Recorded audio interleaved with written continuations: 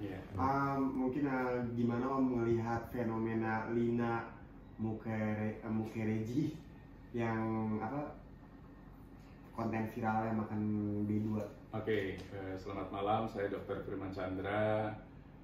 Pada dasarnya kita hidup di NKRI harus saling hormat menghormati.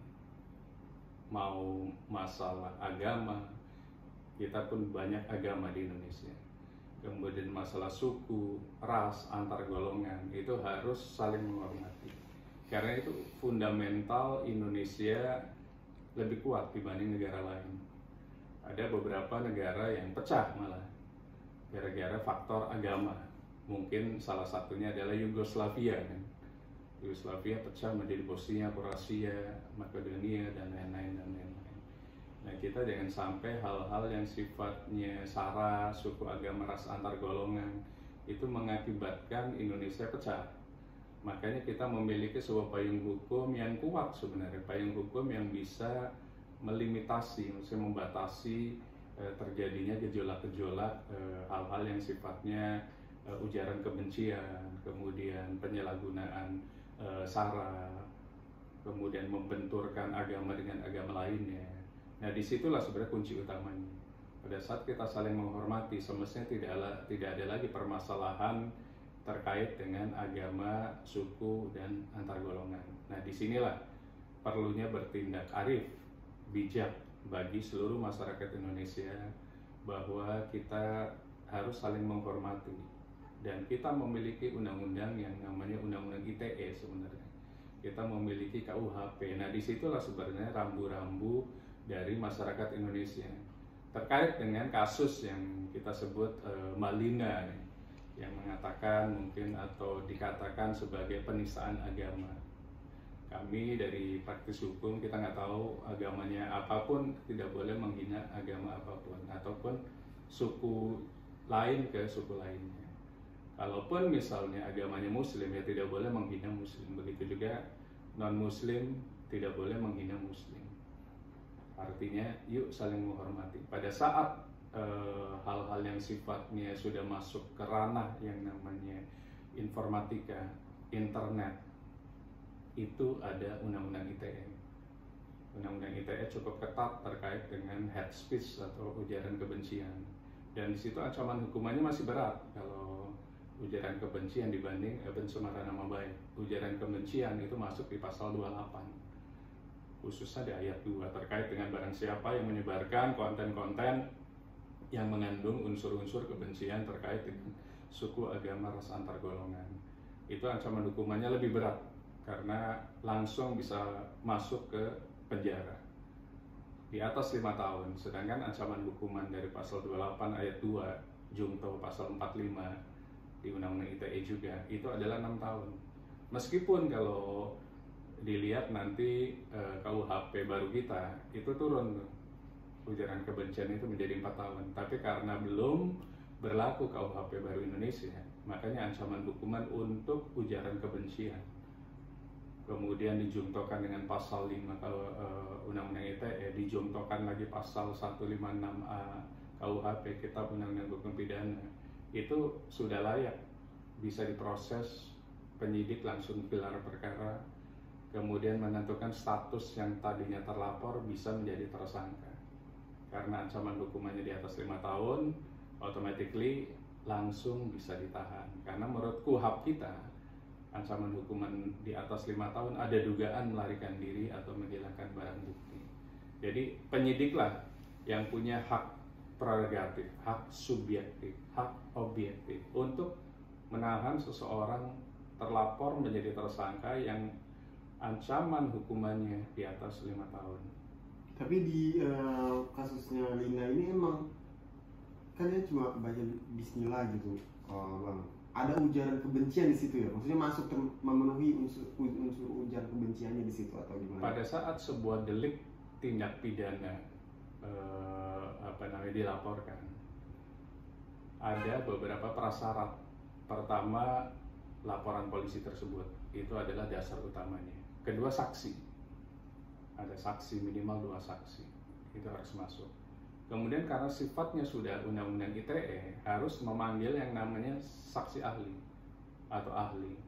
Di sini kalau masuk ranah pidana, hal-hal yang sifatnya agama berarti nanti ada saksi dari agama. Misalnya kalau yang di head speech-nya masalah Muslim, berarti nanti dari MUI atau NU atau Muhammadiyah sebagai saksi ahlinya. Kemudian saksi ahli hukum pidana, dokter ilmu hukum pidana masuk. Kemudian saksi ahli ITE itu harus masuk juga. Mungkin ditambahkan saksi ahli sosial media. Dari dua keterangan alat bukti saja, baik saksi ataupun saksi ahli bisa menentukan seseorang menjadi tersangka. Itu pun setelah polisi melakukan sebuah tahapan berikutnya yang namanya gelar perkara. Gelar perkara di sebuah polda misalnya, dipanggil, di situ ada penyidiknya, ada kanitnya, ada kasubditnya, kemudian ada bidang hukumnya, ada wasidiknya dan lain-lain. Kemudian ditentukan kalau memang bisa naik ya langsung naik menjadi tersangka. Nah, tapi Lina ini kan sekarang udah statusnya tersangka dia bang. Dan itu baru sejak di pelaporan itu bulan lalu kalau jadi dalam rentang 1 bulan dia udah jadi tersangka. Itu apa nggak terlalu cepat bang? Menentukan seseorang menjadi tersangka bisa hitungan 1 hari juga, asal semua alat buktinya dihadirkan. Jadi apalagi kasus yang sifatnya viral, jadi nanti LP, kemudian dipanggillah pelapor, dipanggillah saksi, dipanggillah terlapor, dipanggillah saksi ahli, kemudian setelah itu langsung dilakukan sebuah proses gelar perkara di unit yang ada di kepolisian. Setelah itu gelar perkara dengan wasidik, pengawasan penyidik, di situ ada irwasda, ada penyidiknya, ada bagian bidang hukumnya, ada wasidik, semuanya hadir, nanti dipaparkan oleh penyidik dan kanit atau kasubdit dari direktorat kriminal tersebut bahwa ini layak untuk dijadikan tersangka karena A, B, C. Semua peserta gelar perkara mengatakan oke, sepakat, langsung naik saat itu juga menjadi tersangka. Nah, setelah tersangka dilihat pasalnya ancaman hukumannya berapa. Kalau ancaman hukumannya di atas 5 tahun, itu layak langsung untuk ditahan karena ada dugaan melarikan diri atau menghilangkan barang bukti. Itulah KUHP kita. Oke. Berarti juga ini kan sensitif banget yang ngomongin soal agama di sini. Abang melihatnya ada gak unsur penghinaan di sini, penghinaan terhadap agama Islam? Pertama, ahli agama itu pasti hadir. Orang dari ahli agama dengan ahli pidana dengan ahli sosial media atau ITE pasti berbeda perspektif. Pada saat terkait dengan hal-hal yang sifatnya sensitif, kalau ahli hukum pidana seperti saya harus melihat alat bukti yang lebih lengkap. Tapi kalau ahli agama itu melihatnya pasti dari ayat-ayat Al-Quran. Dan mereka lah yang menentukan finalisasinya. Kalau memang ternyata betul itu pelanggarannya masuk ke ranah penistaan dan itu sudah di BAP juga ahli agama tersebut dengan penyidik atau kanit atau kasubdit atau dirkrimnya pun, atau dirkrimsusnya pun, kemudian baru bahwa sudah menjadi dasar memenuhi syarat secara objektif dan subjektif bahwa si terlapor masuk dan disangkakan dengan pasal yang memuat penistaan agama. Tinggal dilihat ancaman hukumannya. Kalau saya sebagai ahli hukum pidana, saya hanya melihat pasal-pasalnya. Pasal yang sesuai dengan penistaan agama ya pasal 28 ayat 2 Undang-Undang ITE, junto pasal 45. Dijungtokan lagi pasal 156. Berarti ancaman hukumannya sudah 6 tahun. Kalau 6 tahun ya layak untuk ditahan. Itulah perspektif ilmu hukum pidana. Oke. Om, kalau dari ada netizen juga yang bilang wah ini cuma pansus belaka nih ya, si pelapor apa segala macam. Kalau dari pandangan hukum emang ada oknum-oknum yang memanfaatkan hukum untuk sebagai ajang pansos. Itu gimana? Oke, pertama kita harus melihat ada undang-undang hak asasi manusia. Hak asasi manusia adalah kebebasan untuk berbicara, kebebasan untuk beropini, kebebasan untuk melakukan apapun. Tapi tetap ada batasannya. Pada saat menyinggung sebuah penghinaan, pada saat menyinggung sebuah ujaran kebencian, pada saat menyinggung terkait pornografi dan lain-lain, ada payung hukum lagi di situ. Jadi kita bukan seperti negara Amerika atau India yang sistem hukumnya berbeda. Kita Eropa kontinental, mereka Anglo-Saxon. Di India, di Amerika mungkin penghinaan terhadap kepala negara diperbolehkan karena tidak ada undang-undang ITE-nya. Mereka memiliki hanya undang-undang hak asasi manusia. Tapi di Indonesia itu ada namanya undang-undang informasi transaksi elektronik terkait hal-hal apa yang boleh dan tidak boleh dikatakan melalui jaringan internet, baik lewat Facebook, WA, Instagram, dan sosial media lainnya, platform lainnya. Jadi disitulah ada batasan-batasan, apalagi sudah masuk ranah laporan polisi. Bagaimana kita bisa mengkontrol laporan polisi kalau sudah masuk? Polisi harus bisa memproses. Tinggal apakah masuk unsur tindak pidananya atau tidak. Kalau tidak berarti dihentikan. Namun ternyata laporan polisi ini diproses dan ada unsur tindak pidananya menurut penyidik. Makanya penyidik memanggil semua ahli, termasuk saksi fakta, termasuk pelapor dan terlapor.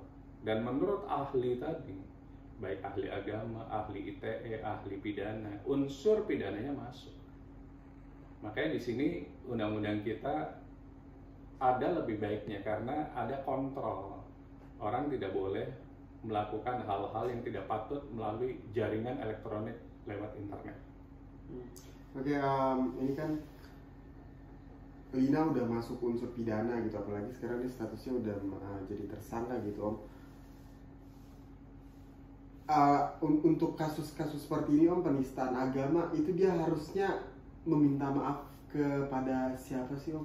Apakah kepada masyarakat muslim atau pelapornya atau organisasi atau lembaga terkait kemusliman itu, atau kemana, Om?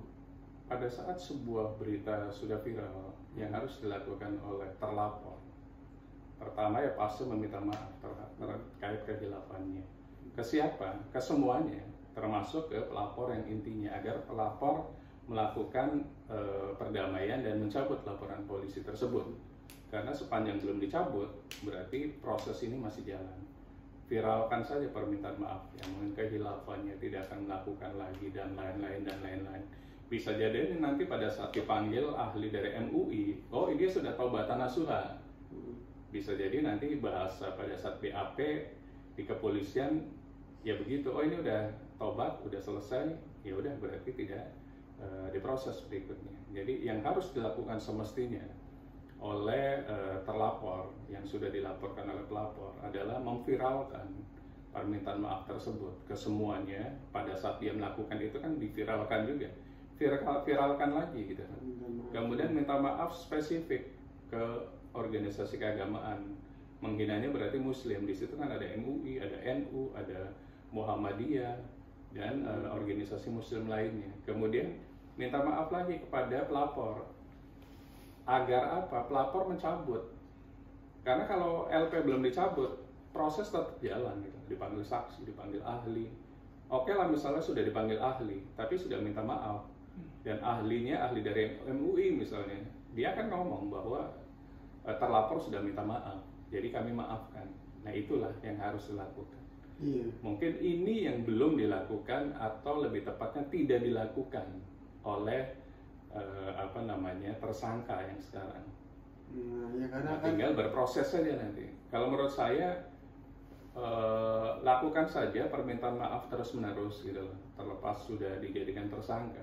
Karena kan nanti ada unsur yang meringankan kalaupun diproses sampai ke pengadilan. Karena setelah jadi tersangka ditingkatkan tahap 2 ke kejaksaan ke pengadilan. Nah kalau permintaan maafnya udah masif kemana-mana, mungkin bisa menjadi dasar hal-hal yang meringankan karena sudah minta maaf gitu. Ya, tidak kan ada terlambat. Soalnya kan ini kan menghina, mungkin menyinggung perasaan orang muslim ya, kalau dia udah melakukan itu permintaan maaf yang tulus segala macam dan diterima, jikalau lebih dari nantinya 50% masyarakat muslim itu memberikan maaf ya, kayak biarkan ya udahlah gitu, walaupun pelapor ini belum mencabut itu, masa nggak bisa sih om suara dari masyarakat muslim itu membantu Lina untuk meloloskan dia dari hukum? Bisa, makanya tadi harus viral dulu ke media bahwa saya hilaf melakukan ini. Kemudian tetap setelah itu lakukan pendekatan kepada pelapor, karena pelapor lah yang punya kuasa untuk mencabut gitu. Jadi apapun pelapor punya power, makanya deketin pelapor. Setelah viral minta maaf ke organisasi keagamaan, ke masyarakat Indonesia bahwa saya hilaf dan lain-lain, tidak akan diulangi lagi, taubatan nasuha atau mungkin apalah yang membuat umat muslim juga akhirnya oh iya dia mungkin hilaf gitu. Nah, setelah itu kejar si pelapor. Pelapornya siapa? Datangi, minta maaf, permohonan surat, permohonan audiensi dan lain-lain. Karena di kepolisian itu masih ada mekanisme yang namanya restoratif justice. Meskipun orang tersebut sudah menjadi tersangka, itu bisa di restoratif justice (RJ), karena nanti ada proses yang namanya perdamaian. Setelah itu cabut laporan polisi. Jadi proses ini tidak sampai ke kejaksaan, apalagi sampai ke pengadilan. Belum ada kata terlambat. Jalani proses apapun yang membuat umat muslim tenang dulu. Setelah itu masuk audiensi dengan pelapor sama penyidik. Itu yang paling penting. Mungkin penutupan om, kayak nasihat buat pelapor dan terlapor. Oke, pertama, Indonesia negara hukum. Indonesia harus ada sampai kapanpun. NKRI ini harga mati. Jadi hal-hal yang sifatnya penghinaan, penistaan jangan dilakukan, karena bagaimanapun kita punya undang-undangnya. Indonesia bukan Amerika, bukan mungkin India yang boleh menghina kepala negara, agama dan lain-lain, karena berdasarkan hak asasi manusia. Namun kita ada namanya Undang-Undang ITE. Nah, disitulah dasar dari kontrol apa yang boleh dan tidak boleh dilakukan di dunia elektronik, termasuk internet gitu. Untuk pelapor ya mungkin saya pikir kalau sudah ada permintaan maaf, sudah ada taubatan nasuha, ya silakan bertemu, kemudian dicari yang terbaik lah gitu lah. Karena hal-hal kayak begini tidak harus semuanya masuk ke pengadilan gitu. Di kepolisian saja pasti tersangka sudah tersiksa ya, memang itu perbuatannya, tapi tidak ada kata terlambat.